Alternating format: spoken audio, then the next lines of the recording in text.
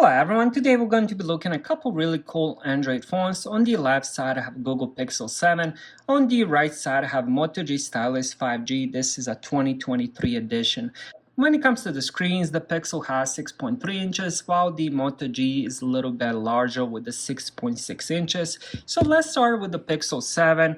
On the bottom we have USB-C for charging, couple speaker grills, and then on this side we have the volume rockers, power button, microphone, and then on this left side we have the SIM card slot.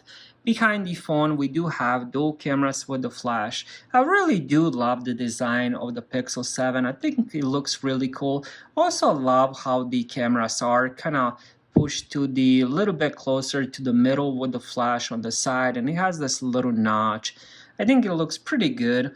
When it comes to the Moto G Stylus, as already mentioned, 6.6 inches. Then on the bottom, we have the 3.5 millimeter headphone jack, which is still pretty cool since this is a 2023 phone. To have that 3.5 millimeter for the headphones, it's pretty cool. USB-C for charging, now we have speaker grill, and then of course we have the stylus built in. And here is how that looks. And then on the right side, we have the power lock button. This is also a fingerprint sensor. Then we have volume rockers, microphone. And then on this side, we have SIM card as the card expansion. Behind the phone, we have dual cameras with the flash display. Now, when it comes to displays, Pixel 7 has 6.3 inches, 2400 times 1080 pixels, 22:9 ratio, 418 pixels per inch. This is also LED with 90 Hz refresh rate and 1400 nits of brightness. When it comes to the Moto G Stylus, we're looking at 6.6 inches, 2400 times 1080 pixels, 22:9 ratio, 399 pixels per inch. This is IPS LCD with 120 Hz refresh rate. I'm not sure about the brightness level, how many nits, but it is a very bright phone. Alright, I ended up bumping up the brightness of the Pixel 7 so you guys can check both of these up close. Now both of these do have the same resolution, 1080p, and also they are very similar in pixels per inch.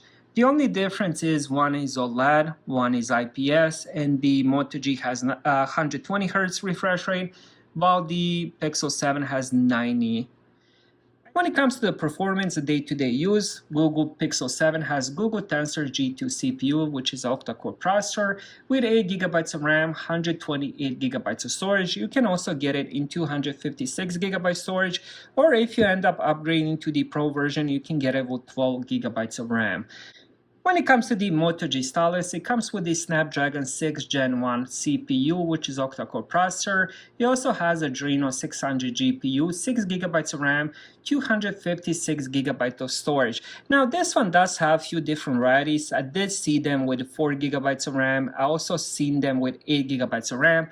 Also I've seen them with 128GB of storage, or 256. Now, one advantage the Moto G Stylus has, it does have SD card expansion, while the Google Pixel doesn't support that anymore. Also, both of these do run Android 13 out of the box, which is the latest Android as of now.